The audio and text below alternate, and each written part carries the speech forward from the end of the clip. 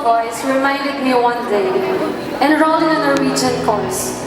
Doing so would enable me to share the gospel, not just to the Norwegians, but also to the other foreigners of this country. But I argued with him.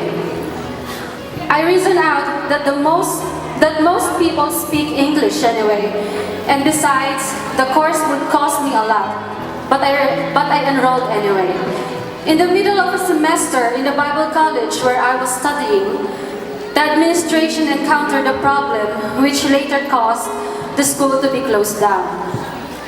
So I asked God, "What now, Lord? I only have few months left to be able to stay in Norway." And I could think about what was that I would be sent home. I still have bills to be paid, financial support to be sent to the Philippines, inevitable expenses, and many more. I thought about alternatives like moving to other countries.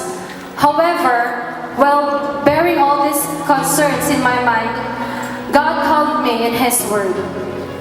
He reminded me about Luke 12, verse 24, which says, "Look at the ravens. They don't plant or harvest or store food in barns, for God feeds them, and you are far more valuable to Him than any birds." One night, after my nurse course, I decided to have a walk and buy dinner at Subway Metro. While the lady at the counter was making my sandwich, a thought came in my mind. I asked her in Norwegian if I could submit my CV in their store, and to my surprise, she said yes.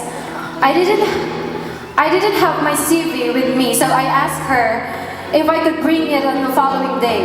She did not answer my question, but we went on with our chat about my school.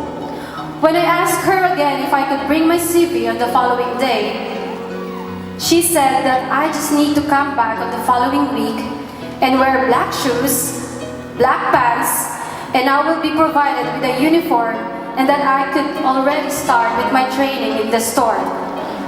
Later I found out that this lady is the manager and the owner of the store. And little did I know that our conversation was already kind of an interview. It is amazing how God could just open the floodgates of heaven and pour out His unconditional favor upon His children. I am now hired as a part-time crew in that store, paid my bills, supported my brother's studies, was able to pay for my inevitable expenses, and joyfully sharing the gospel and serving God.